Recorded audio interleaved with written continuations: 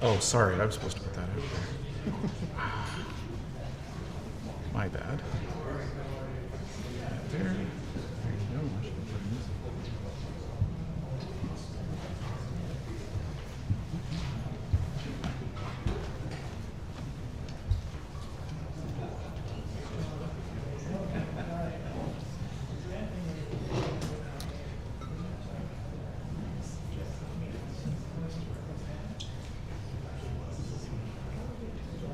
Well, friends, 7:31 on the second Monday of the month. It must be bird study group time. So come on in, grab a seat, get comfortable while we begin tonight's presentation. I'm happy to see folks out tonight, especially on one of the coldest nights of the year. Anyone get caught in the snow squall today? That was something else, yeah. My name's Jackson Hudecki. I'm the president of the board of directors of the Hamilton Naturalist Club, and typically Rob Porter would be up here. I usually MC the monthly meetings, but because Rob is our guest presenter tonight, we thought we would mix things up a little bit and allow me to share the opening remarks leading into Rob's presentation. So a quick show of hands. Is this anyone's first meeting with the bird study group of the Hamilton Naturalist Club? Second meeting ever? Okay, great. So welcome back. You know the drill here then, and we're excited to have, yes? Somebody has 50th year. Did you say 50th? 50th year? Bruce. 76. That deserves a round of applause. 50 years.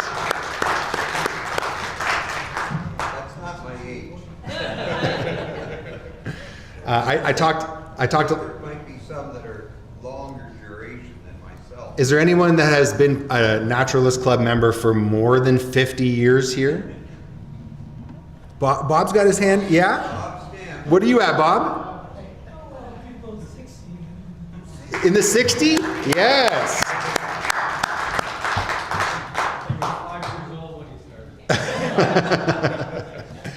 Well, kudos to you and to everybody here and anyone online. Your support of the Hamilton Naturalist Club really does go a long way. We are climbing in our membership. Our goal is to have as many as freaking possible. I'm not going to lie. We want as many people in tune with nature in the region that we can get. And so the more people that are members, the more people that are coming to meetings, that are coming to outings, really does create a broader sense of community and allows folks to learn about the pressing matters, the important matters, and the smaller matters, so that it all amounts to something, which is the protection of land in Ontario forever. We see it threatened regularly, daily, hourly. So the more people are out there engaging with it and engaging with groups like this and others, the better. In the next 2 nights even, some partners of ours through Environment Hamilton, they've been sharing a public meeting happening. There's 2 about all of the emissions that are coming from the industrial sector of Hamilton, hoping that the public would be engaged in what is being emitted into our skies. So there's no shortage in Hamilton of ways of getting involved in protecting our environment, but we're happy that you're here tonight, or you're here, or you're watching from the comfort of home. So welcome to everybody. I'll just share a couple of things with you before introducing Rob, because that is why most of you are here. So if you didn't know, if you're here tonight, we do stream live, and then we host our meetings online henceforth.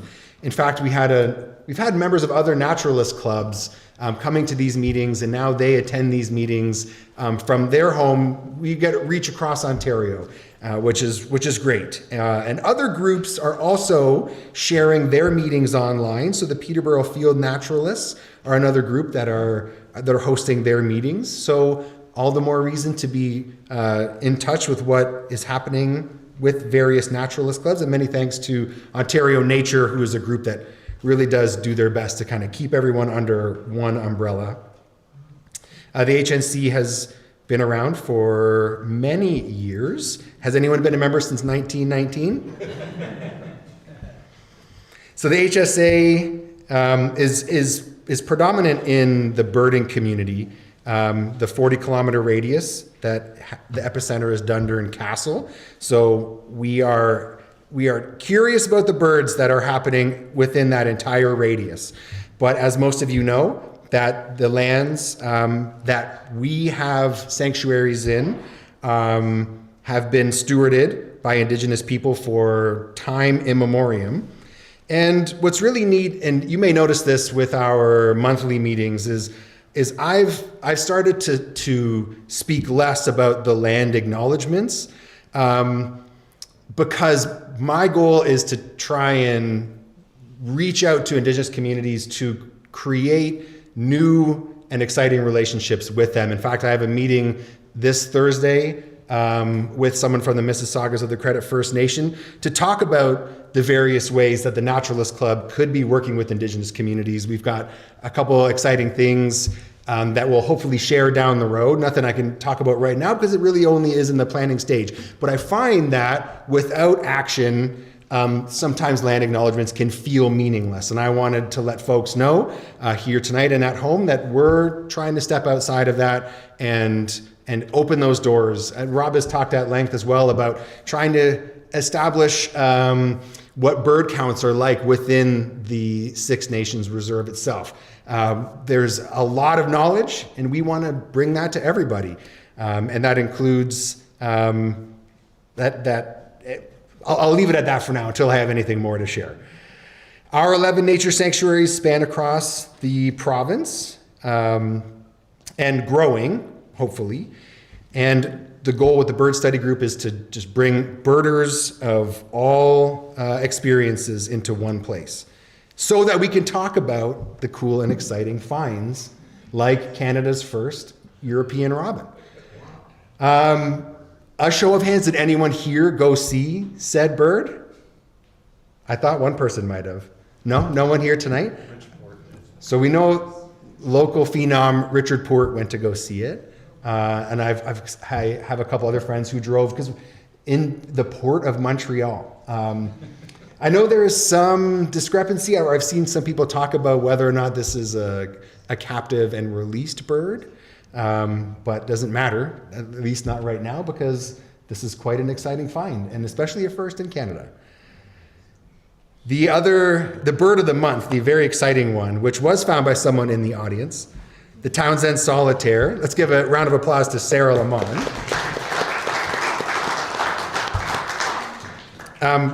What went through your mind when you saw this bird?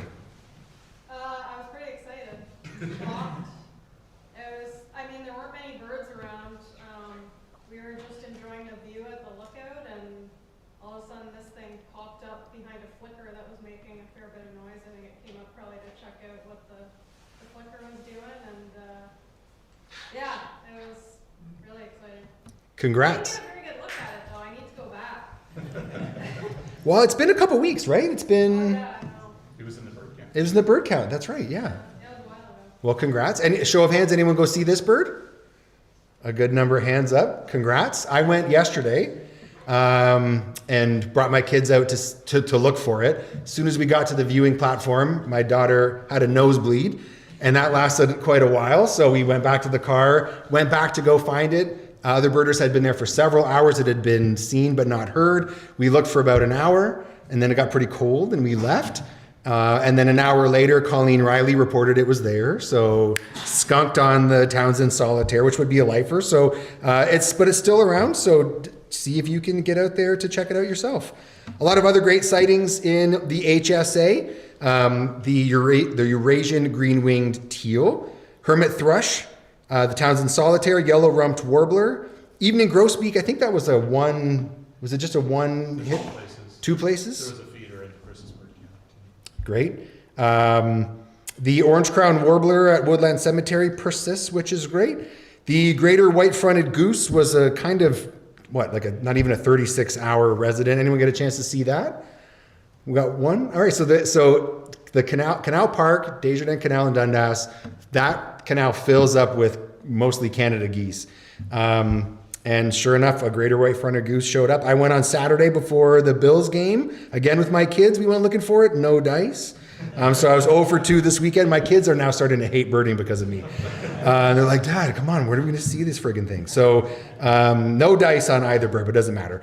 Dick thistle, field sparrow, killdeer, which either is really early or just didn't leave, and an eastern towhee. So some great birds.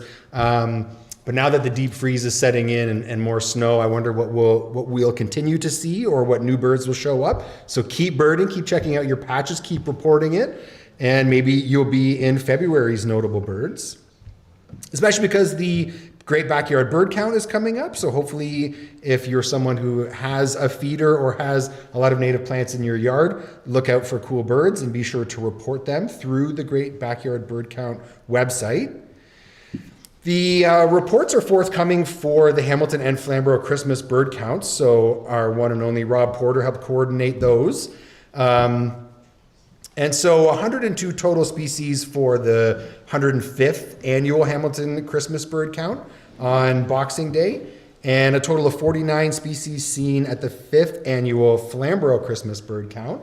So if anyone took part in that, thank you, and we look forward to many more years of that. But the reports will be rolled out, and Rob will be talking about them at future bird study group meetings. Chris Motherwell is here tonight. There are west end of Lake Ontario key biodiversity area surveys ongoing. And there are 17 areas, and Chris is always looking for people to help contribute to this. Where is Chris? So if you are able to participate, if you have time, if you want to learn more, the second Saturday of each month. And I think Kevin, who I think just I watched walk in, you had said you were counting scoters one day, and did Longtail. Oh, longtail. And how you gave me some crazy number. Chris said my number was so obscene he checked with me twice. Because it was what? 20,000 at one location. 20,000 longtail ducks just in one location alone. Yeah. So I think what was that, Chris? Like 26,000 or something in total. The whole count is 46. Yeah. That was December. Great. So Kevin needs help counting longtail ducks alone. But yes, we need people, and even if you don't know what you're doing and you want to get paired with someone who does know what they're doing so they can show you the ropes, this is all about trying to encourage folks to get out and bird. So the more you know, the more you need to know, ask questions. We're here to help, and we need your help, so the more the merrier. There are several events coming up that you can take part in. Some of them require registration and some do not. So the Winter Tree ID at the RBG Arboretum is coming up on January 24th from 2 until 4 p.m. The Winter Walk at Sheila Dundooly, January 31st from 1 until 3.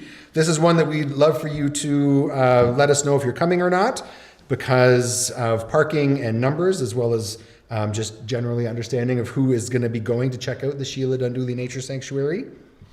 There's a Great Backyard Bird Count walk happening in Gage Park. So this is great for those who are newer to birding and are just looking for someone to show them the ropes. So that is from 10 to 12 on February 14th. And then there's a second one happening 2 days later, so on Family Day on the 16th from 10 to 12. And that is at the Falkirk West Park. And a technology walk, so learning about iNaturalist, that is later on in February, but it's good to talk about these things now so that you know what's happening. You can mark them in your calendars or tell a friend. These are great for youth. These are great to get youth involved, but really we all mostly have smartphones. So if you're not inputting data, this is a great way to do it, and it's fun.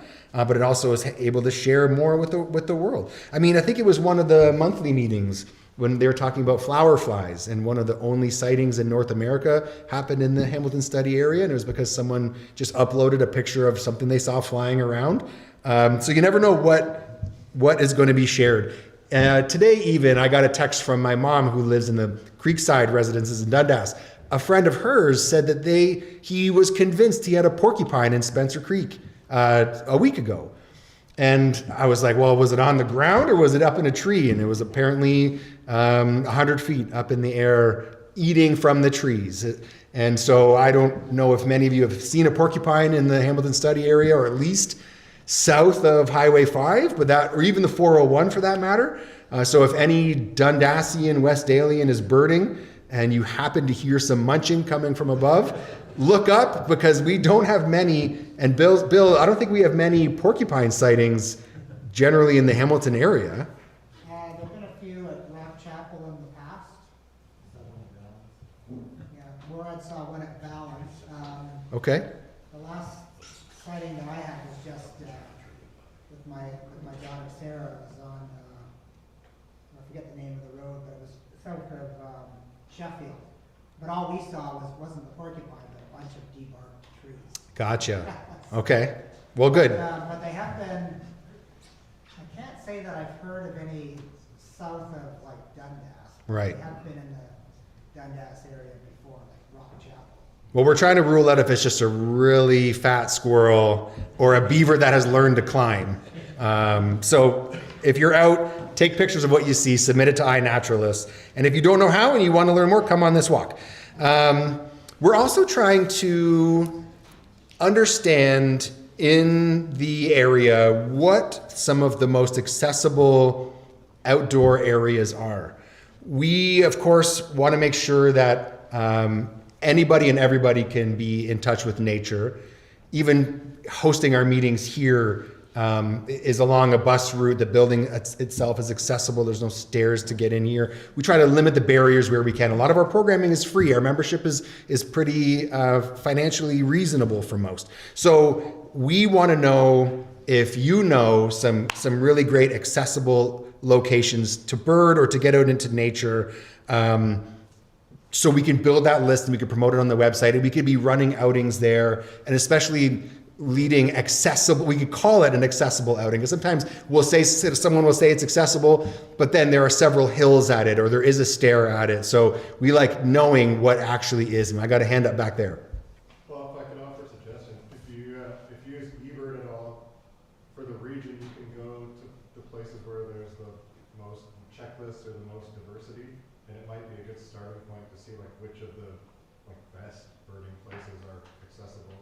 Okay, great. Yeah, great idea. So we'll keep that in mind. But if there's a spot that you know particularly, let us know. And this was announced last week at the monthly meeting. So Point Peely reached out to the Naturalist Club about reestablishing camping and offering HNC members a discount for the springtime migration within the park itself. We, however, don't know how many people would be interested in something like this. So there's several cabins that are available, but we need folks to let us know if this is something they would be interested in. So that way we can go back to the park and let them know we are looking for one cabin or two or three. The tricky part is that we need to know immediately. So if you could let Celine know, fieldevents@hamiltonnature.org, that way we can go back to the park and let them know that we are interested in however many people have let us know they're interested. So that is exciting that it's coming back. We are, I could have sworn last week we did know who was speaking. So maybe if it's on the website, if it's not, it will be soon. Okay. I thought we announced it last week at the monthly meeting. So, but we have 2 meetings a month. If you only come to Bird Study Group, the week before, we will have a monthly meeting about a general nature topic. So no shortage of things to get involved with HNC. You can read that. It's up now. That's right, the geology of the Niagara Escarpment. So that'll be next month on February 9th. Anne Grindall will be presenting on the various rock types of the escarpment and the geological drivers that explain the changes along its length. So that's great. Thanks, Rob. And because of Family Day, the Bird Study Group, so where this is February 9th, the Bird Study Group will be on February 23rd. And we're going to be learning all about avian influenza, understanding the virus behind the headlines. So this will be a very informative talk, and I have a feeling there will be a lot of interest on this because you may be the kind of person that your family member calls and says, hey, I just found a dead bird. What do I do with it? I've received that call on numerous occasions. So this should be informative enough to keep providing you with that education to talk to more people about it. So hopefully we'll see you on the 23rd. But with that, I'll introduce tonight's speaker. So birding and field recording in Alberta. I was sharing that I've never been farther west than Manitoba, and even that was a 2-day trip. So in 2023 and 2025, Rob Porter traveled to Alberta to find and record the songs of various bird species for his podcast, Songbirding. In this presentation, Rob will take you on a tour that will cover the prairies, Canadian Badlands, and extensively explore the mountainous region of Kananaskis country. He's the man, the myth, the legend. Put your hands together for Rob Porter.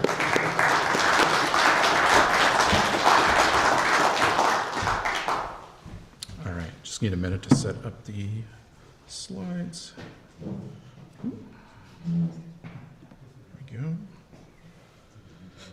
And I'm keeping an eye on the live stream to make sure it's working. Hope everyone's doing well tonight. Thank you again, Jackson, for offering to. Because normally I'm up here doing what he was doing. But we had a speaker cancel for January, so I decided to just slot myself in rather than try to stress out and find someone else, because I had a couple things ready to go.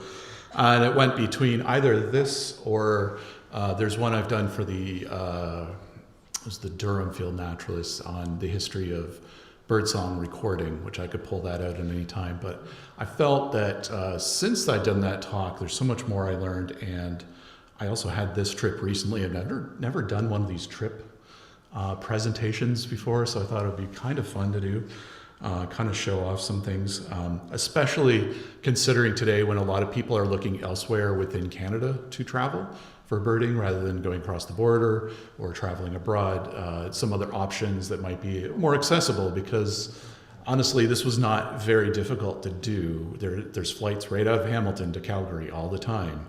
All the places I'm going to be talking about are within a couple hours drive at most from Calgary.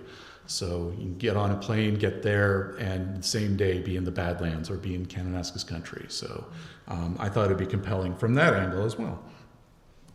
I do a lot of different things. One of the things that drove me to do this trip was that I produce this podcast called Songbirding, where I go out, and it's kind of like our field events, except nobody there but me, and it's more focused on the audio of it. So you'll hear whatever bird is singing, and I might comment on it here and there.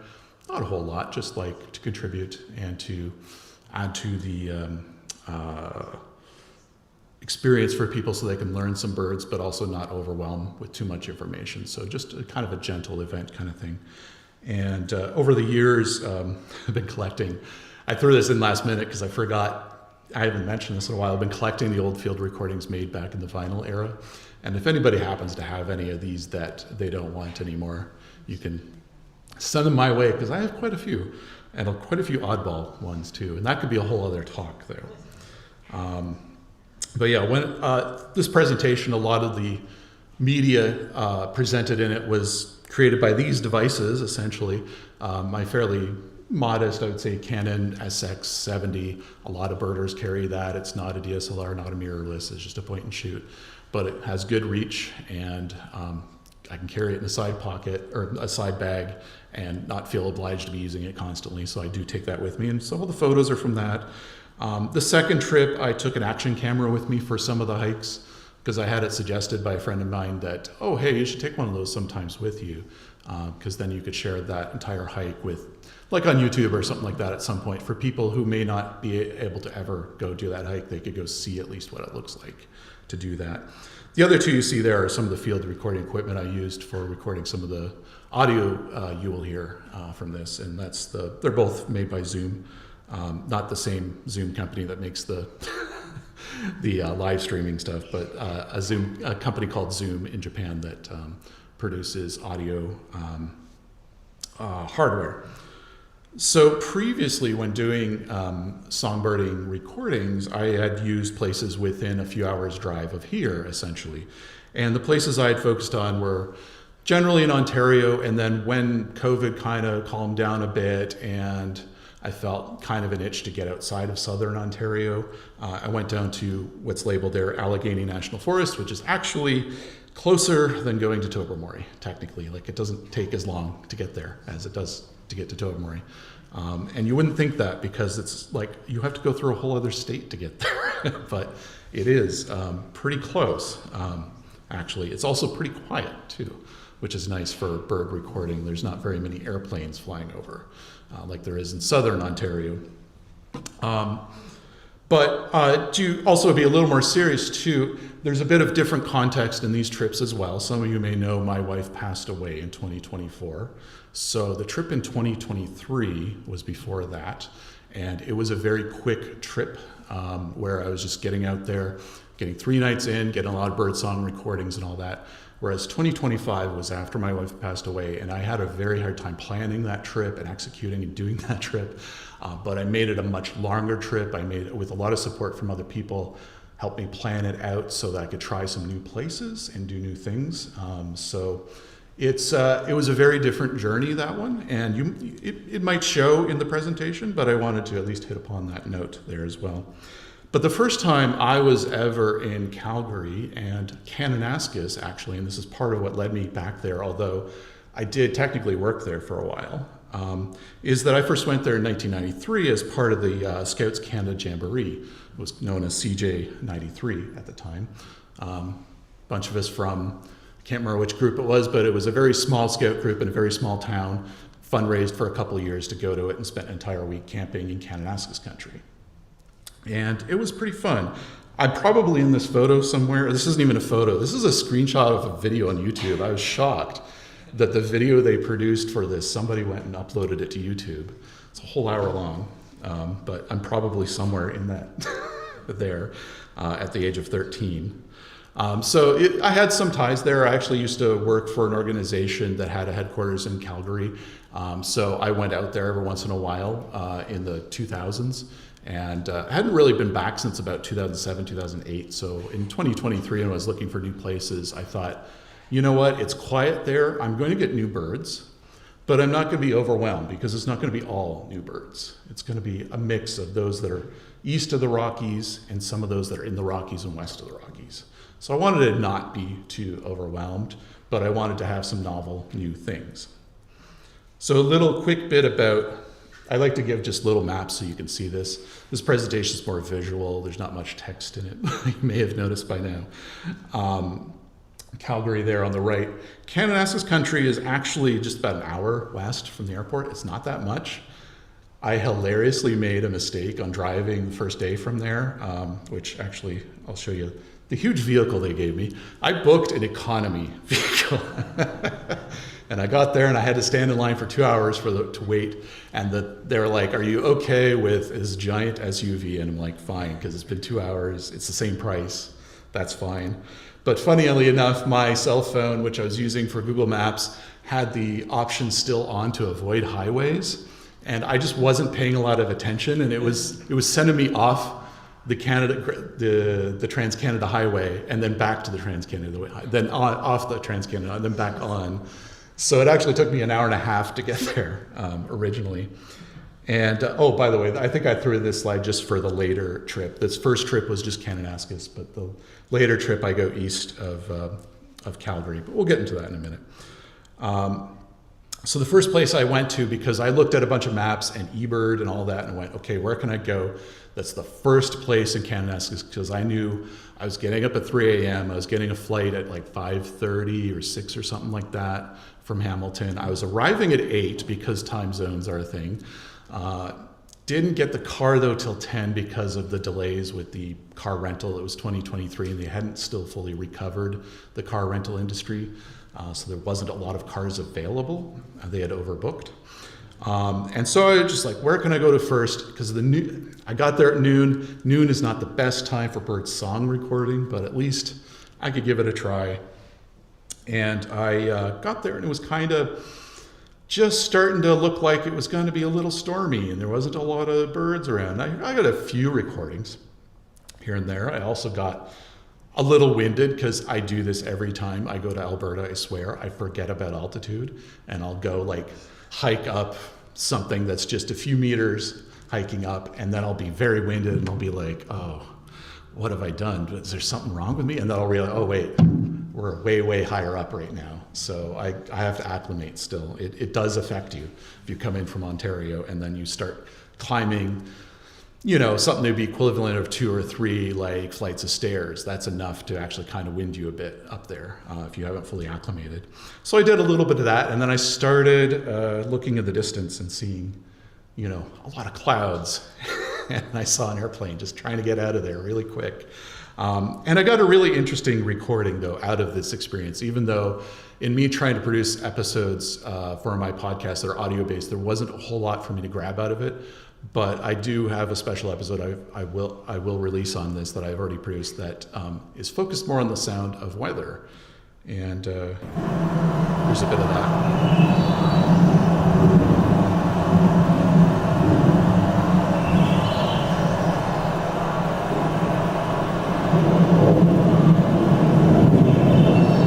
Who knows that species?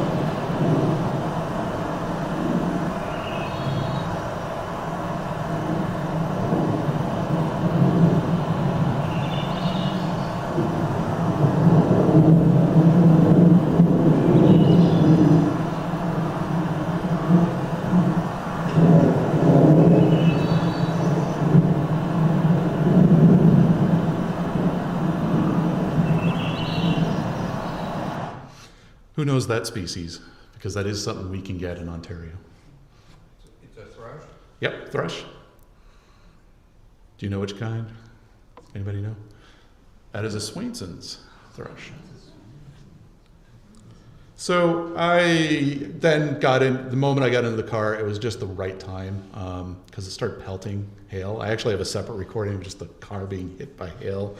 And I was wondering, I wonder how many insurance claims they get from giant hail balls. And I actually later found out from one of the rental people that it's fairly common and they generally just waive it because they expect that to happen every once in a while, that someone's going to have a shattered windshield from random hailstorms. So it's kind of interesting.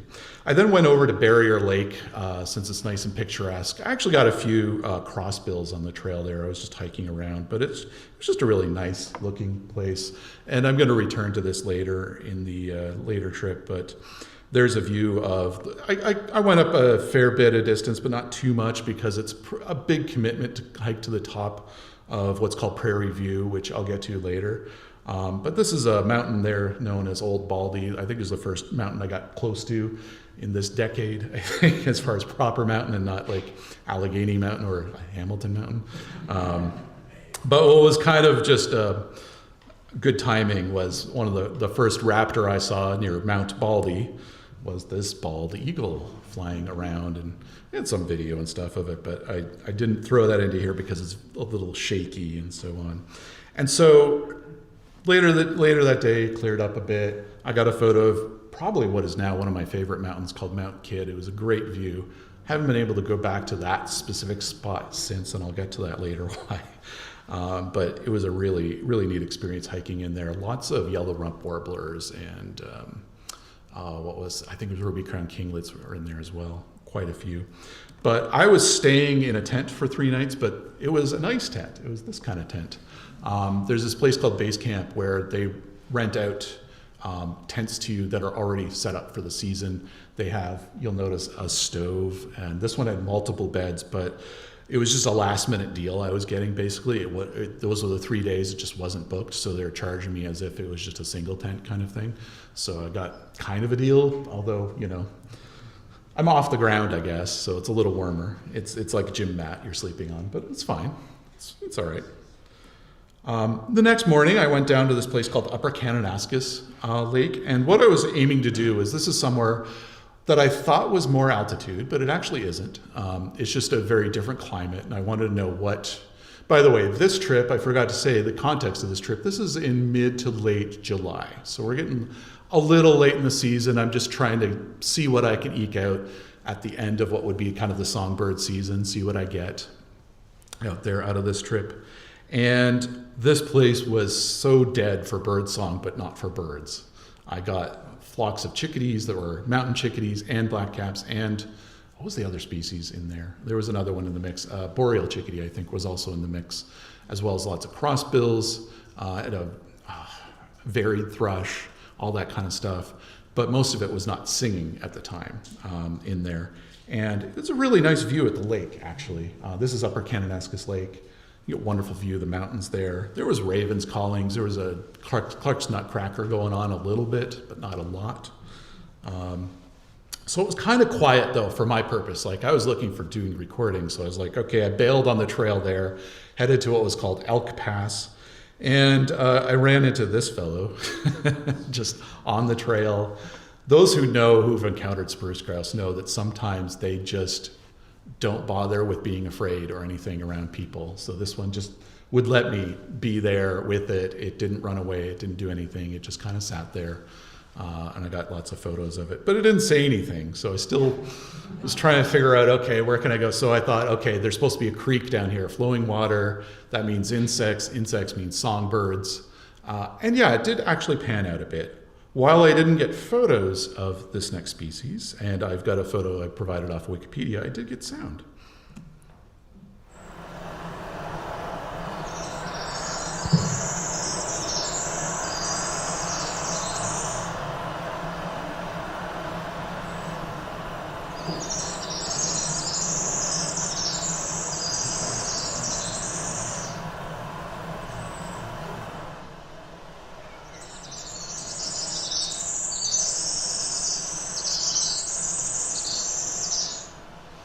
And so that's the Pacific wren, which used to be that winter wren was one species, kind of whole Arctic as well, at least in the Western Hemisphere.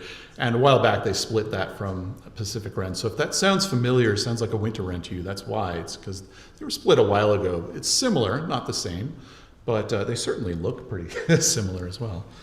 I enjoyed getting rather amusing photos. I love this Hitchcockian Colombian ground squirrel. They seem to like doing this, like just standing there with their shadow sticking out there like that. I really enjoyed coming across all kinds of animals. And there's a few non-birds in here. Let's see. So yeah, that morning, I was like, okay, I got a few recordings. I'm not sure what the quality of it is. At least in the end, it turned out to be enough for what I would consider 2 episodes of my podcast, where I try to do 20-minute length things. So out of like the 4 hours I was there, that's not a very good ratio for me usually for a trip, but I had to live with it. And I decided, you know what, in the afternoon, I'm not going to get much. So I'm going to go do a hike because I really would like to get to see a glacier in mid to late July. That would be really fun. So I went up to, you'll see this on the bottom right there, Ray Glacier Trail. So I decided to go check that out. And I'm very glad I did. I got to see a few birds along the way, and I did record a few. So like right at the parking lot, white-winged crossbill there. And it turned out all throughout this trip in 2023, there were white crossbill flocks just flying around. I kept hearing them, occasionally saw them, but really I was just hearing them fly around a lot because there was a lot of coniferous trees everywhere, and it would just seem to be the right season for them or something. So not so much in the second trip, but the first trip, yeah, I got these. I also got to see, who knows what these are? Pica? Yeah, the mountain pika. Got to see so many. I was so shocked as I headed up the trail, going up to what's called Elbow Lake, which is a campground that's kind of backcountry-ish. I mean, it's only an hour hike maybe if you're carrying gear, half hour if you're not, from the parking lot. But, you know, you get up and away from the highway, and it's free. I don't think it's free, actually, but it's camping. And then you get to the Ray Glacier Trail. But on the way up there, lots of people going on the way there, and there's these rock slides every, couple hundred meters or something. And in the rock slides is where these pika live. And I was just so amazed that nobody's stopping to look at them. These little things running around. They're actually making sounds too, which I didn't have time to throw those recordings in here because there wasn't very many and they're not great quality. But they will stand up on a rock and go, eep. And they'll just call out an echo. And there'll be another one in the distance that goes, eep. And they'll just run around carrying stuff, which is nesting and food material for the winter. So I got lots of quick pika photos, little tiny things, but lots of personality. I'm definitely going to try to aim to get better field recordings of them in the future. Yeah. How big are they compared to your hand, Rob? Probably about the size of my hand. Yeah. Okay. So they're in between what you would expect like a mouse to be and like a rabbit, I would think, like kind of in that realm. Yeah, kind of rat sized, I guess, but much more like round. But while I was up there, I set, every once in a while, I take multiple field recorders with me. I carry the one with me that I have in my hand, but sometimes I have ones that I set down. We call those drop rigs, which is you just set down a couple microphones and a recorder. You hide them away so nobody steals them, but or sees them. And I try to get them off trail anyways, because I'm not looking to record people. I want to get animals. And so I figured I'd be up there for a while, so I might as well leave behind a recorder wherever I find a bird that's singing regularly, just so I could see what it's up to. And this bird here, I'm just curious, anybody here know what this one is? Because again, this is something we see on Ontario, this one. Any warbler people? Tennessee warbler, yeah. So I found this Tennessee warbler, and this is the same bird actually.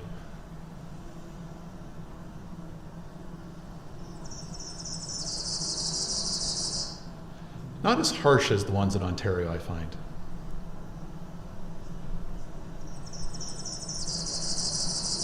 Because I do find the ones in Ontario, I get a bit of a headache after a while if there's too many of them around. They just really drive me nuts. But I was shocked to find when I pulled the recorder up, because I expect usually you leave it near a singing songbird. They're usually done in a couple minutes, and then you don't hear them. You might hear them once or twice more, especially late in the afternoon or something. But no, this guy sang for almost 3 hours. God, and there was a second one at one point.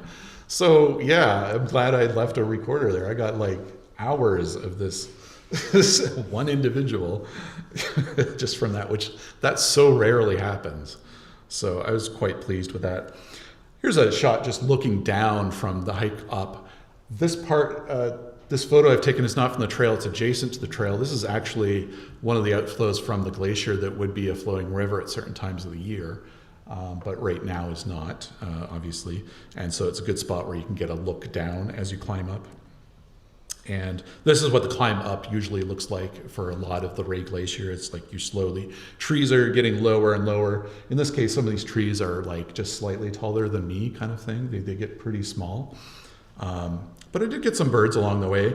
And once again, I'm going to hit you with a species that we can get around here, kind of.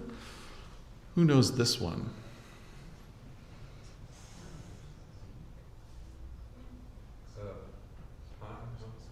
There's a hint. You got some of these in your backyard right now, probably. Junco, yeah. This is a juvenile dark-eyed junco of the Oregon variety, I'm pretty sure. But yeah, once you see it, you see it. They get this streaking and all that when they're juveniles. And the Oregon junco, it's not the gray slatey one we have here, but is the black hood and the other colors and stuff. There'll be other photos of the adults later, but that one, like, just immediately just kind of was like, I know this bird, but I don't know this bird. And yeah, it turned out to be what we get commonly here. They just look different. One of the things I enjoy about these kinds of trips, though, when you go up a mountain or something like that, I always enjoy the idea of like boundaries and like how far will something go and where's the last whatever as you go south or north or whatever. And I thought it was interesting to, on the way up, just document the very last singing bird I heard before I left the tree line. And it was this singing hermit thrush.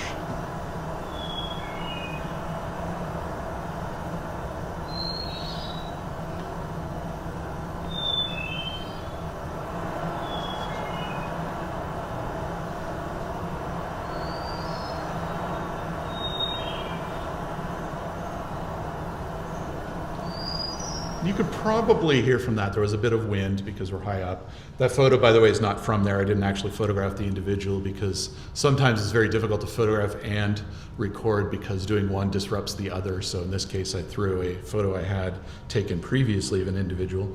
But yeah, this was the last singing bird before the tree line heading up there. The last bird I saw visually was this yellow-rumped warbler, which there is very confusing. You can't really definitively say, at least according to eBird, you cannot report, without reporting a rarity, that it's an Audubon's warbler or that it is a myrtle warbler. The default there is yellow-rumped warbler, Audubon's X myrtle intergrade. Long-term, really long-term. But I have some better photos of these later, but this was the one I got just before I left the trees. And this is the view just kind of leaving the trees there, heading up towards the glacier. Those are the last few trees. And in this photo, there are people in there. It's hard to tell. They're just deep in there. And it's because the scale of everything starts to disappear in your eyes when trees go away. Because you don't know how big those rocks are. Your brain doesn't know. So that hill over there just looks like, yeah, that's like a couple hundred meters away, but no, it's like 1.5 kilometers.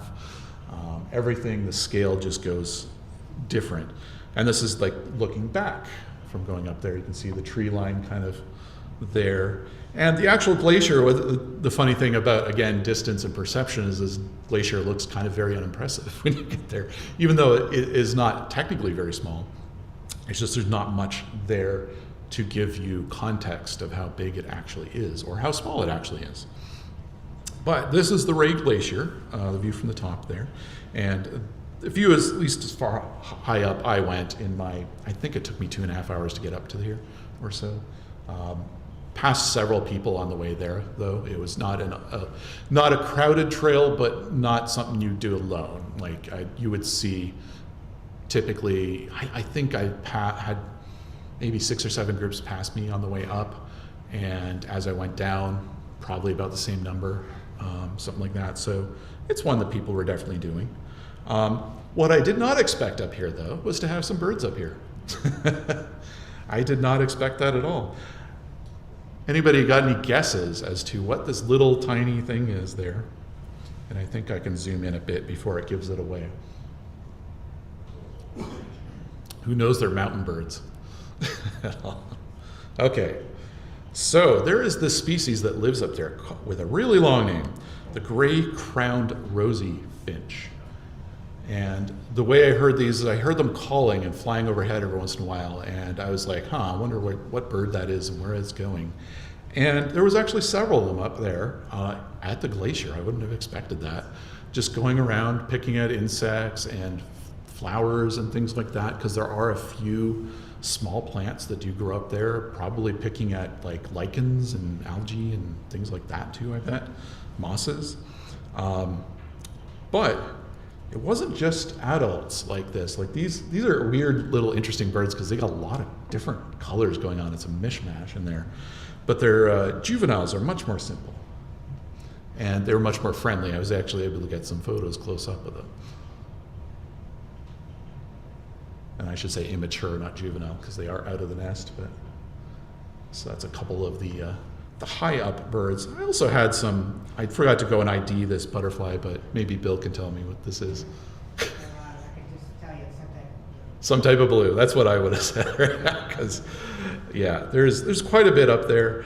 I also had on the way down a very friendly juvenile pine grosbeak who just didn't mind me taking lots of photos, but I was pretty tired heading back down, so I got a little bit of photos and then moved on. So I enjoyed that part. The next little part I have here is like the next day I went to, I didn't get a lot of sound recordings by this point, so I was like, oh boy, am I gonna get much in this trip, or am I gonna have to come back June or May or something next time? And because it had this was the third day, and I was only staying 3 nights, so it was the day I flew in, which I got a storm and like not much. The morning of just like a lot of feeding flocks, not much singing, a little bit, and then the glacier trail is like, okay, this next place better be good. Because on eBird, Sibbald Meadows Pond is one of the places that seems to be pretty popular. And by the way, on the way in there, this lovely marmot just on the railing. But yeah, it did turn out to work out pretty decently. This little sample.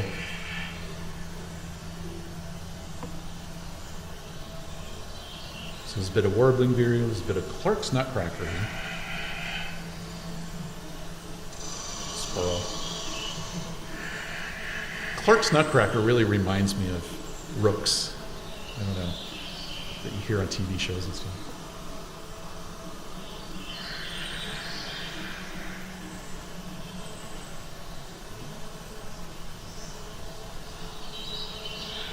And that would be Western warbling vireo now, I guess. So this is, at the time, it was just warbling vireo.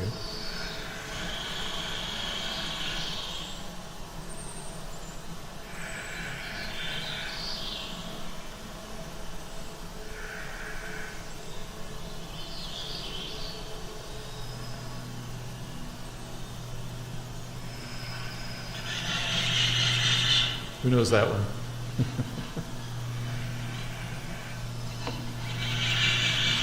There's a Canada jay. So these are some recordings I captured by a drop rig again that I left at the road while I went hiking. I actually did get a decent amount of recordings at both Sibbald Pond and a trail off of Sibbald. It's confusing.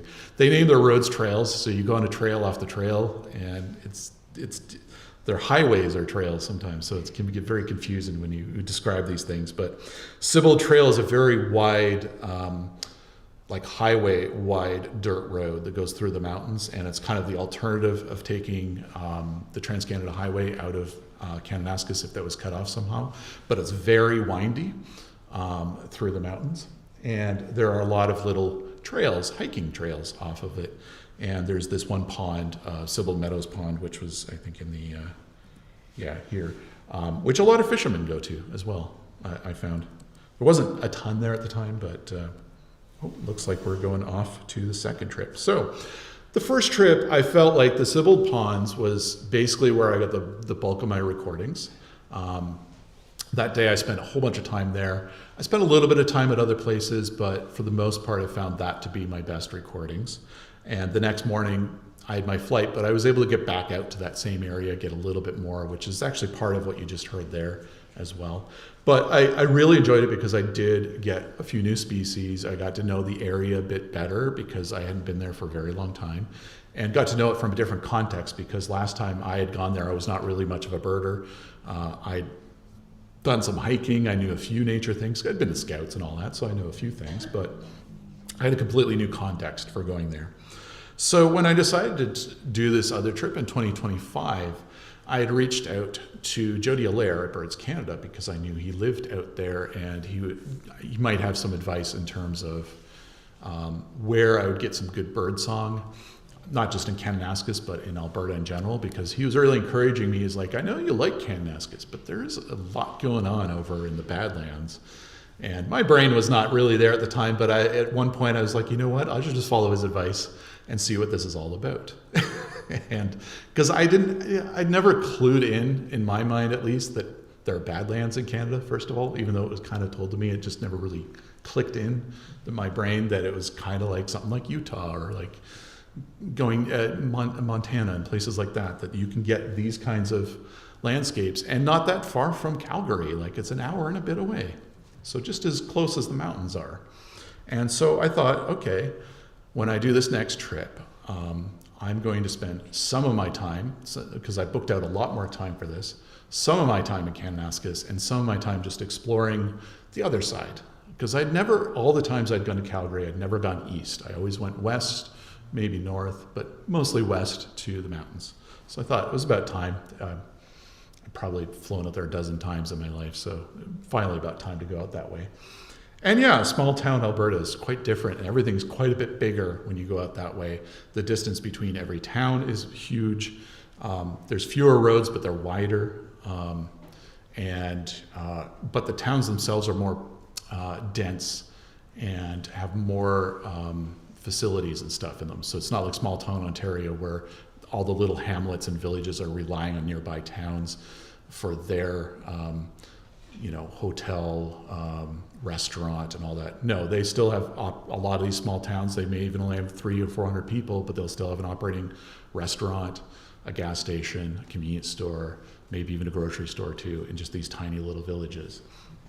So it's really different and interesting to drive out that way.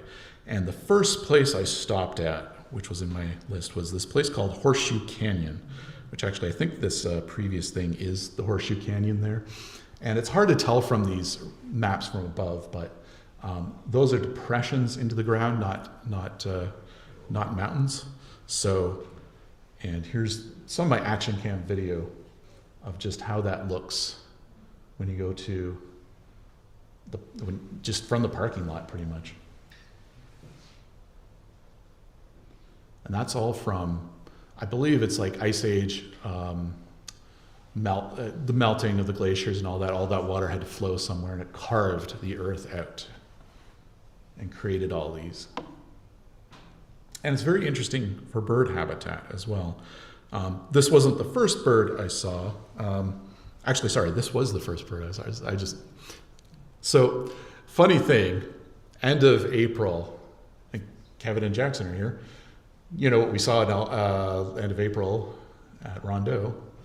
Lark sparrow, yeah, rare bird in Ontario and all that. And of course, the first bird I see when I go to Alberta a few weeks later, lark sparrow right there. First one. And this is the lark sparrow from Ontario. This is from near Rondeau. And then here's the lark sparrow from Horseshoe Canyon. It's not the first bird I heard, though. The first bird I heard, I was a little, it's late in May at this point. So this trip is like on the beginnings of bird song season, kinda. It's hard to tell in places like Alberta. They don't get while they are part of a flyway for migration, they don't have funneling like we do at like Peely or something like that. At Peely, we get this funnel effect where all these birds go through. They don't have that out west. All the birds just kind of are widely dispersed, and you don't have these big giant migration events. Just everything kind of slowly happens over time. And so you don't necessarily expect to get a lot. But when I was in the parking lot, I had a very familiar sound of one of these, which, of course, you all here probably know the eastern meadowlark, or at least most of you might. And it's what I think is a really beautiful song. I grew up with it on a farm, and I really liked it. And anytime I came across a recording of a western meadowlark, I'm like, I don't get it. Like, it's not as good as the eastern. And I don't know why that was. It always felt garbled and weird to me.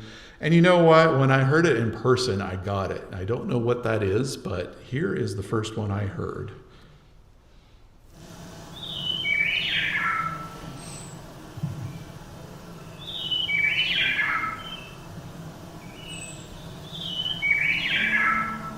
Your cattle in the background. And yeah, it was just perched on post like that, not too far away. I was able to actually set my camera right on a post another few meters away and just zoom in on it and get lots of photo and a bit of video and recording of it and all that. And next I got to see us. Wasn't there a spotted towhee mentioned in somewhere today? Somewhere in Ontario, there's a spotted towhee. Brampton, is it? Okay. Yeah, so they're the equivalent of our eastern towhee for out there. Now, I'll have some recordings of them later, but this individual was quite feisty, quite songful, but I got some other examples later that'll be amusing.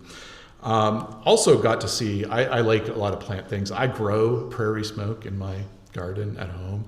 It was kind of neat to see it in its native habitat. It was just everywhere there. And prairie smoke is one of these plants where after it flowers, its seeds turn into this formation you see here that make it kind of look like smoke coming off of the plant. And so that was my macro photography for the moment there. Also had quite a few, and this is a very common bird everywhere east of Alberta that I could find, was the Vesper sparrow. They're just everywhere. They're singing all over the place.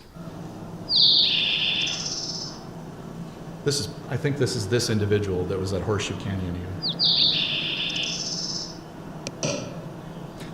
Something bopped the recorder.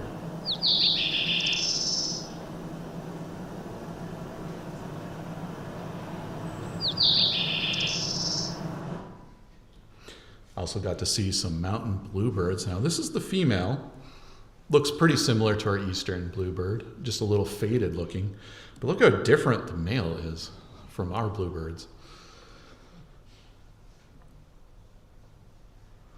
Very like kind of that cyan blue, sky blue kind of thing going on. No orange in it at all.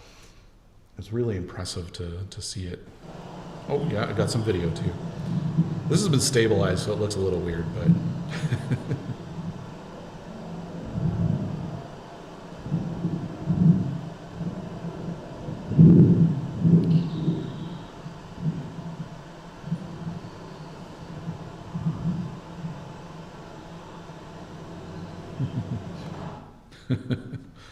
so unfortunately he didn't sing.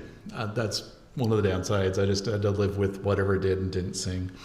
Something that was singing a fair bit, though, I couldn't see anywhere. So it was good for like sound recordings, but I was like, where is this bird? And it's actually in this photo, sort of. It's in this photo, too, that's zoomed in even more.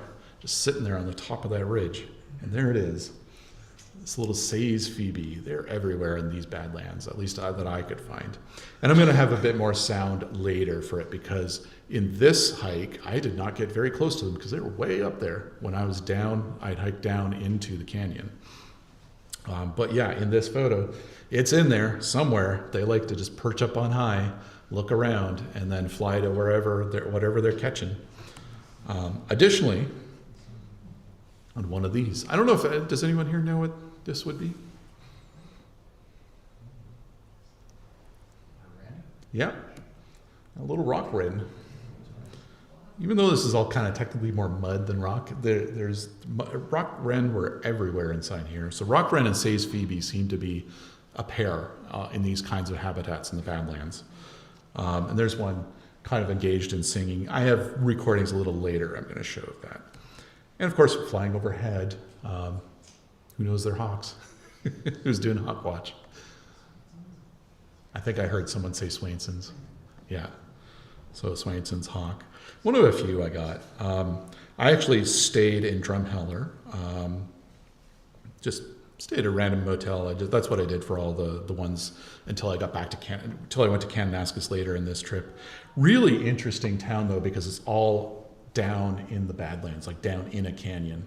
Like you drive down into Drumheller, it's this weird, like you're out in the prairies and then suddenly you're just in the Badlands in a canyon and it's urban at the same time. It's a really strange experience. Also, they love dinosaurs there because it's the dinosaur capital. There's museums, and they're actually well known for Dinosaur Provincial Park, even though it's not actually that close to them. Strangely enough, they actually have to have several signs out there saying, hey, Dinosaur National Park or Provincial Park is actually like a couple hours that way, but even though we're known for this. I did get a brief photo of a ringneck pheasant the next morning after staying there, but this is the view after I got up and went to the trail, though. Really lovely sunrises you can get in this kind of space. And in the morning, I tried to do a little walk at I forget the name of it. The name was something Island. And it was kind of an urban birding spot that at the time I was a little worried because I could hear a lot of anthropogenic noise from the highways that lead up and out of there. A lot of like trucks and stuff coming in and out. And I was like, my recording is going to be so full of anthropogenic noise. But you know what? It turned out to be not so bad when I actually went back to the recordings, because my ears had gotten so tuned to not hearing much of it anywhere that when I heard any of it, I was just like, oh, my recording is going to be full of anthropogenic sound. And it turned out to be not too bad, actually. As you can hear here, there's not much.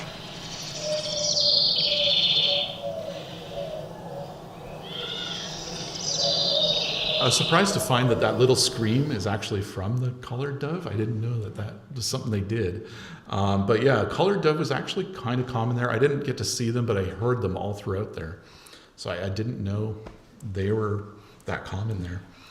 I then quickly drove up to, I was like, too much anthropogenic noise, let's go to somewhere else. And unfortunately, while there wasn't much bird song at this spot, it looked really nice, I gotta say. This is Horse Thief Canyon, which has some trails to go hiking on and so on. And you can see that it actually goes quite deep in there. And there's, just for some scale, my recorder sitting there in the foreground. But unfortunately, there wasn't much down in there projecting up in terms of bird song. There was some magpies there, spotted towhee, a few small things, but nothing too much. So I decided to hoof it onto the road and head on east and just see what I could find, because I'm searching for bird song. So I was just like, okay, nothing here. Let's move to the next idea I had. And most of the roads were like this. This is actually pretty wide. May not look so on there, but it was just big open road. And I had a spot in the map that I was interested in because the eBird list was pretty good for a lake there. And then there was, I noticed, a ecological preserve or reserve actually north of it. So I thought, okay, 2 spots I can hit. One that is not well known because there's no eBird hotspot, but there is like an ecological preserve.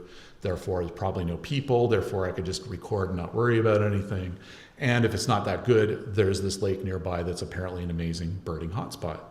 And it worked out really well. This is an overview of what's called the Hand Hills Ecological Preserve, which actually is quite much bigger than this, but this is the section I walked. Literally just a straight line back and forth, looks like a boring old country road. But those groups of trees there, those are like little islands for all these birds. They're not, the grassland birds, yes, are around, but all the birds that are not grassland birds, they go to these little islands, and so you get high concentrations of them. And this is a little bit of what it's like to walk through that kind of thing, just so you get a sense of kind of how flat it all is there. It's hard to believe this is so close to the mountains too, because it's just so flat. But yeah, and these trees are not very tall. There's poplars or something like that. I think it was aspen actually, quite a bit. And just in the interest of time, I'm going to move this along a bit more. And there was greeting me right there when I got there too, another Swainson's hawk, different plumage, but same species. There's apparently a lot of variation in how they look, and this is the same individual on a pile of something nearby. It looked like dirt, and it flying around. And then I noticed why it was hanging around so much, because I caught another one flying out of a tree, and these trees are not very big around there, so it's really obvious when there is hiding inside the tree a nest.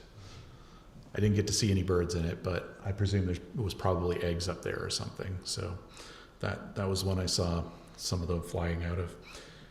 And I had some of the grassland sparrows that we'll get around here, like clay-colored sparrow, which is uncommon in southern Ontario, very common out there. You will find them all throughout the prairies out there, at least, my limited experience, that's what I encountered a lot of.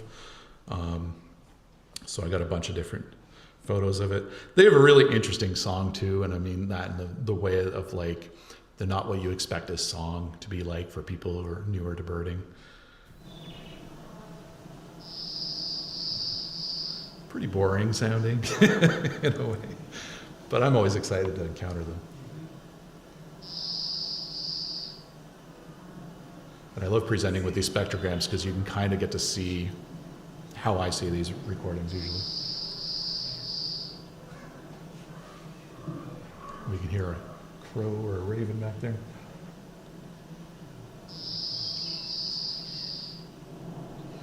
And also, worth throwing in there, I know we get them around here, but brown thrasher, there was a couple of them in there making lots of sounds. And the roads sometimes were like this, where you just had to wait for cattle to wander on by and get past out of the way. Because they didn't really, these are open ranges, they don't keep their cattle fenced. So you just have to drive at the whims of the cattle that are around, and if they're not going to move, then maybe you're going to wait for a while, or if you're good at herding, maybe you can herd them along. I don't know. Generally, they will get out of the way, though. But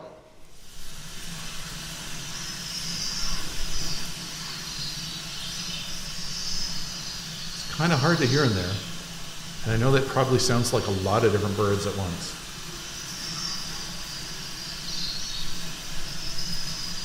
That choo choo choo choo choo choo choo. So that's Sprague's pipit, which I didn't get to see. What they do is they fly way up and fly around and make this song. And then they come back down and they just hide in the grass. They're probably pretty difficult to photograph if I was to guess. They're also difficult to record because when you're out in the prairies, there's usually a lot of wind.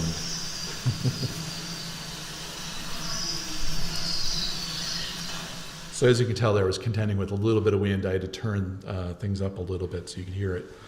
And so that was a pretty successful spot. And I did end up going to the Little Fish Lake Provincial Park, which I was pleasantly surprised to find that there was nobody else there at all. Just an open, it was a warm day too. I forgot to mention how hot these places were. It was nearly 30 degrees in the canyon that first day. The second day, it was like in the 20s or so, which I did not expect in late May there. I don't know if that was seasonable or not. But I was a little tired from the walking around, so I went down to sit next to the lake, and there were so many birds in there, including these guys, which are, from around here too. I know some of you know these ducks. These are there's the blue wing teals. There's actually quite a few in there. There was actually islands full of gulls, which were a mix of California gulls and Franklin's gulls, but they're kind of far off, so the photos I got were not very good of them. And in addition to that, one thing I forgot to put in here, there was actually a flock of western grebe. I don't know. There's a lot of western grebes in the lake. It was quite interesting. But I was delighted that not only were these green-winged teal right on the shore, so it was really close to get photos of, but there was individuals like this hanging around there. And they pop their bill out once in a while. And this is the American avocet, of which there was actually enough of them around that I got sound recordings. And those peep, peep, peep. You can hear some gulls in there too.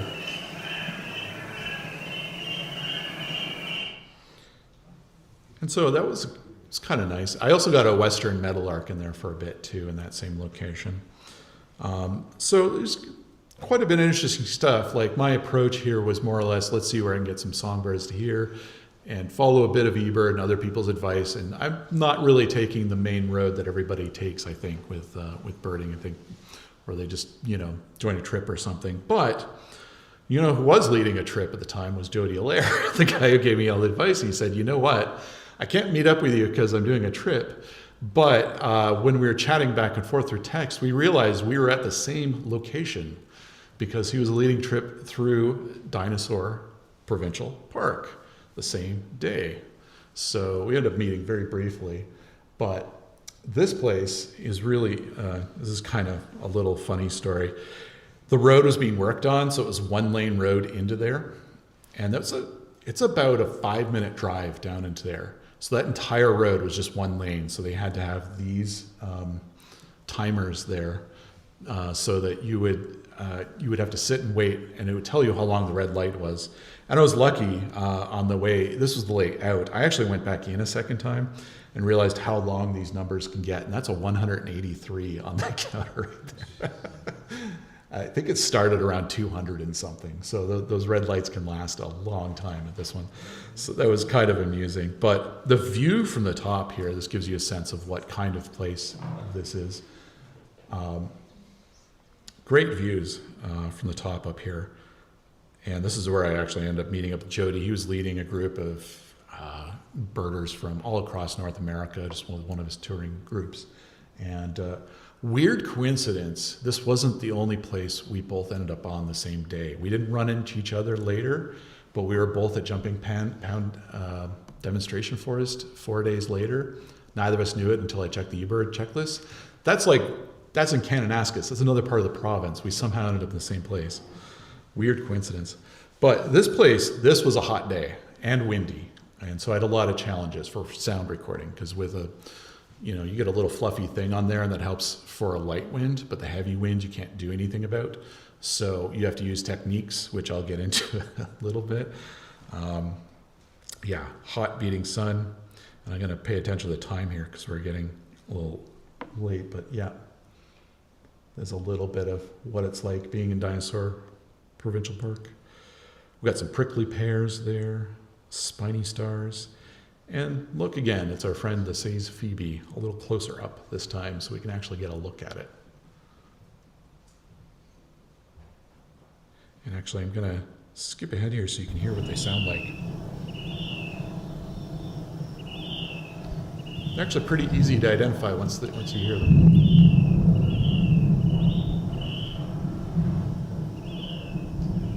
And same with the rock wren. Oh, I might have not put in the rock wren thing, but if there is a rock wren thing, it'll be a little later. Cedar waxwing, that's something we get around here. Spotted towhee again. Oh yes, there's a reason I have this. You get to see the enthusiasm.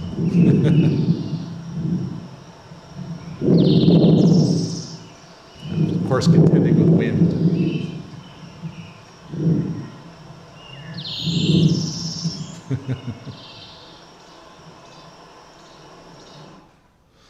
We got this angry little bird. Who knows this one? Because this is something we can get on small parts of Ontario. Brewers, yeah. He does not look impressed.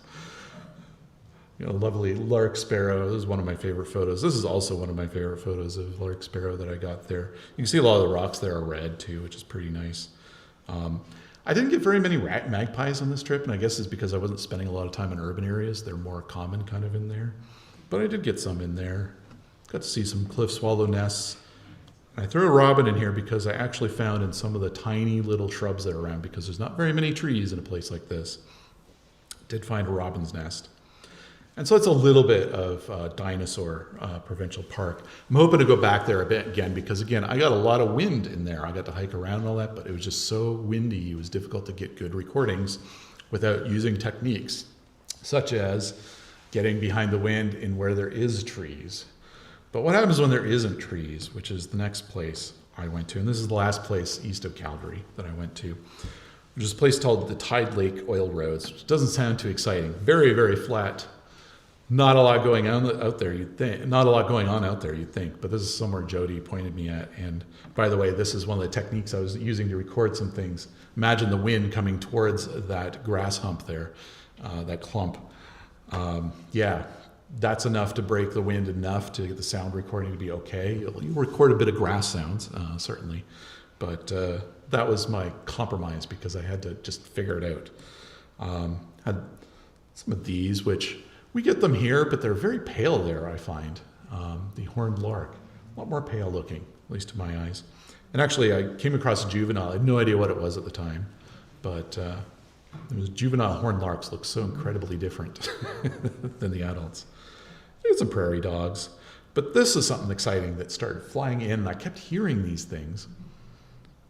And these are long-billed curlew. And it's this whistle you hear.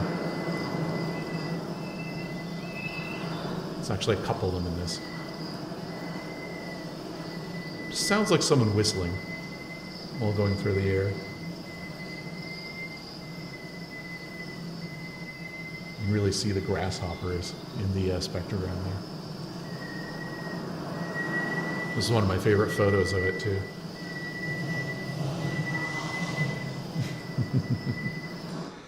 And just in the interest of time, I'm trying to skip ahead here a little bit. Brewer's sparrow was something I came across. So this would end up being the lifer central for me, getting a long-billed curlew flying in, and then this brewer's sparrow shows up. And then on top of that, I set down a recorder at one spot while I'm hiking around, and a brewer's sparrow just lands in front of my recorder and sings at it, right in front of it. And this is apparently its short song, and this is related to it already having a territory and a mate. They actually have a long song they do when they're trying to establish territory and try to get a mate. So this is apparently the short version. I also got thick-billed longspur there.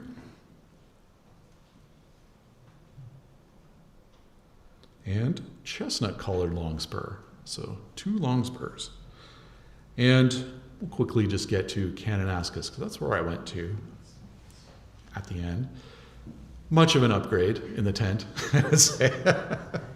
Paid the same amount, too. That's the funny part. I just booked the right time, I guess, or something. And here's a little bit of a view of what like the Jumping Pound demonstration forest looks like, just in case you can get more of a sense of it before. Very coniferous, a lot of short hills, but also mountains in the distance kind of thing.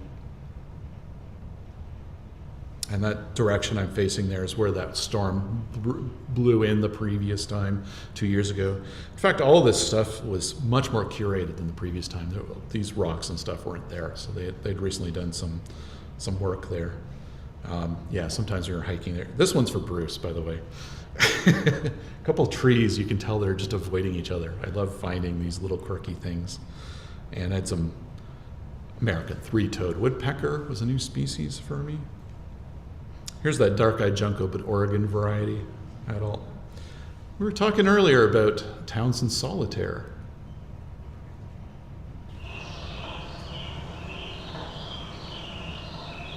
There's one singing. But I had one that was much closer up that I got to get good photos of.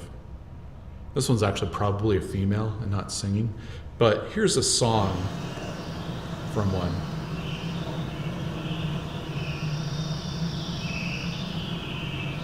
You notice how it gets louder over time.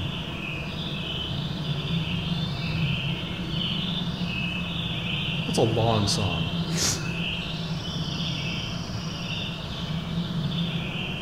That's one song, and that's a shorter version of some of the ones I recorded. So they can be very long-winded.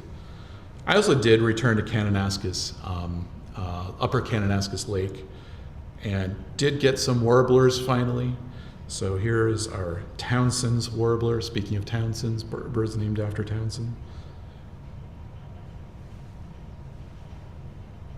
Lovely songbird. They sound a lot like our black-throated green warbler.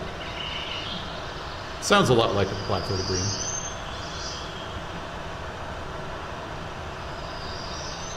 Just sound like kind of a rapid version of it.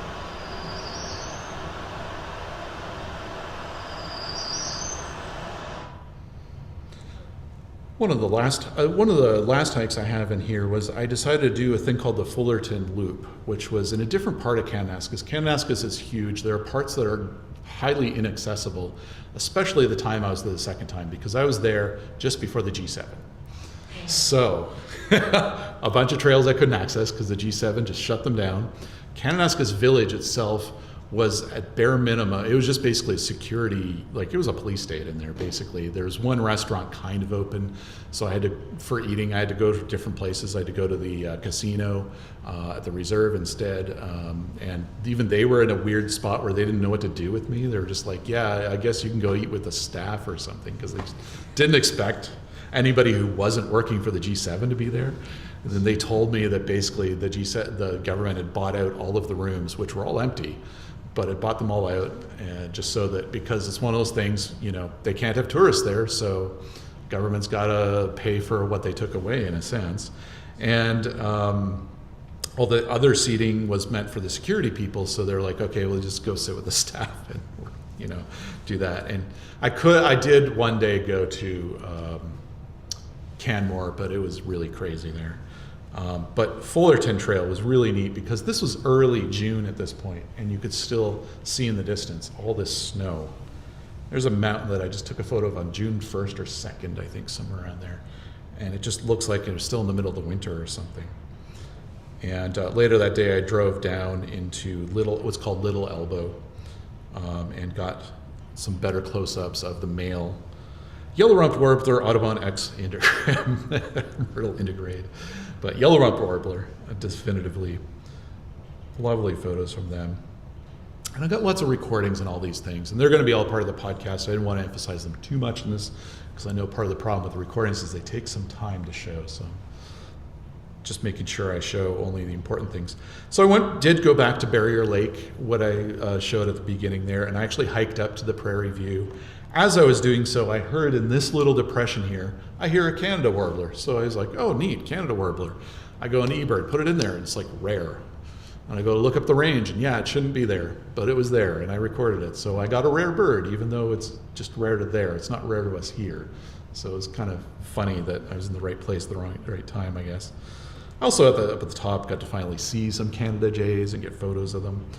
This is another photo I took later at another location where one was actually, two of them were feeding a juvenile. They were carrying around food. But the top of Prairie View, there's the view. It's quite a hike up there. Oh my. I was sore that day at the end of all that. And it was more the going down that was the problem than the going up. I didn't realize that my knees would hurt so much going down the hill, not up the hill.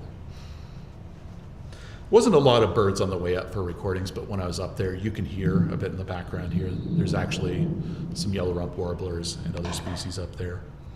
And another little lifer, just to end things off with another warbler lifer, McGillivray's warbler. Wasn't until like the second last day I finally got one. It was hanging out with an orange-crowned warbler of all things. They were both singing, so I got some lovely recordings of them. Also got couple butterflies that last day, this Canadian tiger swallowtail, and something called a field crescent, which I wasn't aware of previously. But I mentioned earlier the Townsend's warbler, and that one I thought was a really interesting looking warbler, and the podcast cover art currently has a Blackburnian warbler, which is not out west. So I was like, okay, if I release a new season that's Alberta, I need new cover art. So this is kind of the premiere of the cover art I got commissioned this will be the new cover for the podcast coming up. This is a Townsend's warbler done by Lauren Helton, who did my previous artwork. and with lovely mountain background. I just think she did a really great job there.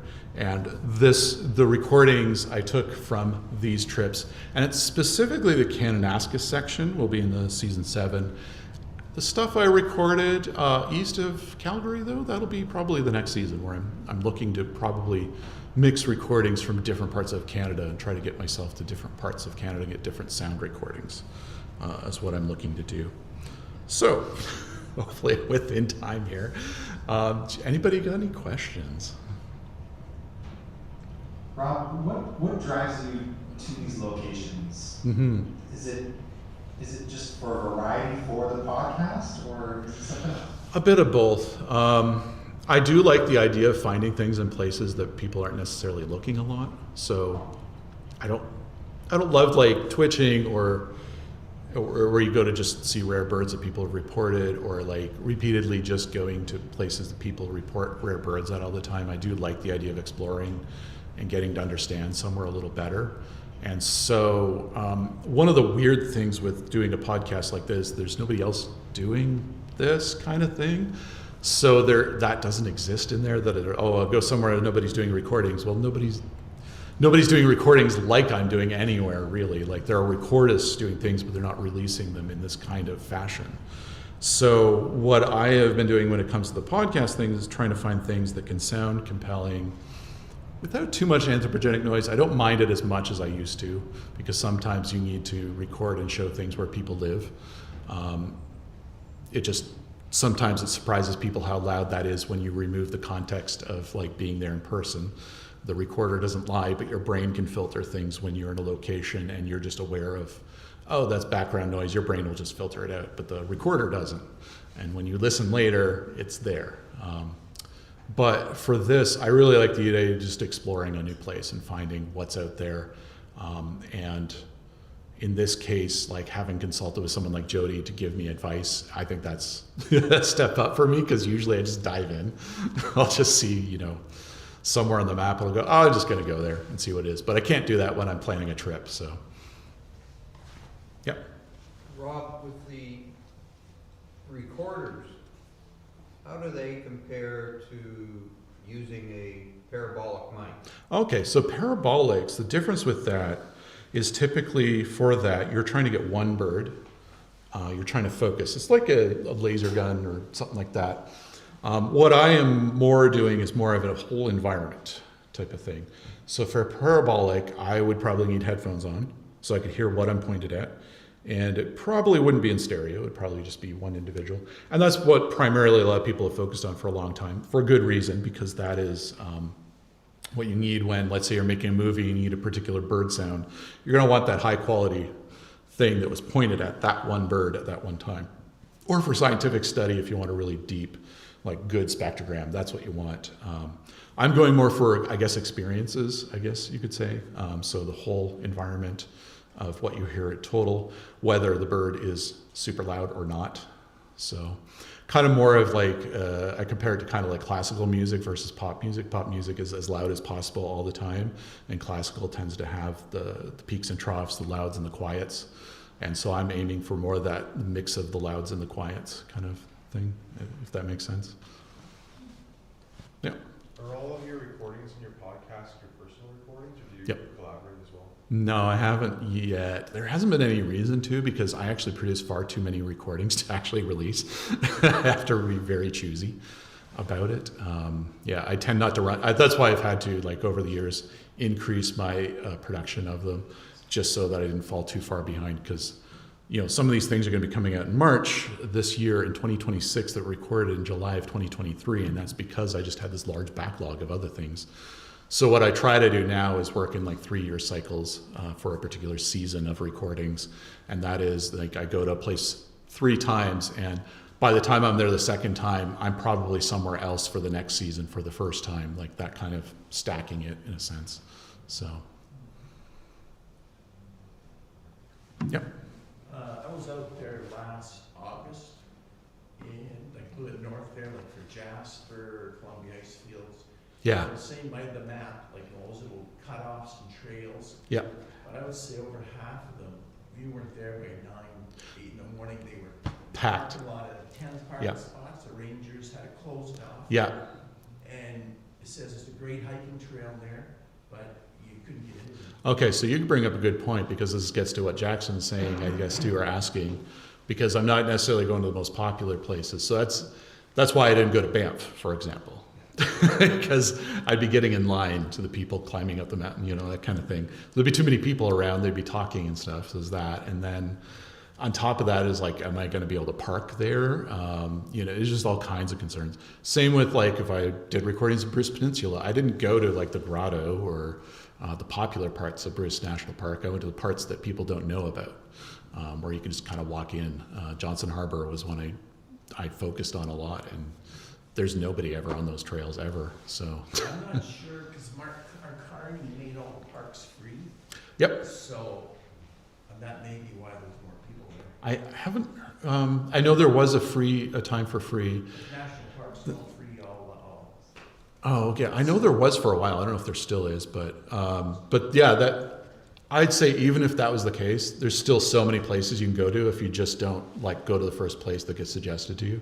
Like this is what even like Bruce Peninsula, I use that as an example a lot, because I've gone up there and I can name any number of places you could go and just not encounter anybody on the trails. But everybody tends to follow the signs that say, okay, go to this place, go to this place, go to this place. But it's like, those are like maybe 10 to 12 different places that are recommended, when there's like probably 1,000 you could actually go to if you knew the place well. What's another Canadian destination you hope to record a song at in the near future? Quebec, for sure. I think northern Quebec would be, especially since I drive an EV. Actually, last year I drove up to Sudbury and did some recordings up there, and the EV charging was horrible there. But then I found out there's a bunch of charging if I just go like 2 hours east into Quebec and Val d'Or. Very easy for people with EV. So I'm like, oh, I could do some Quebec recordings, and I'm trying to learn the French names to birds and stuff like that too on top of it, which is kind of fun. So that's another one I want to do.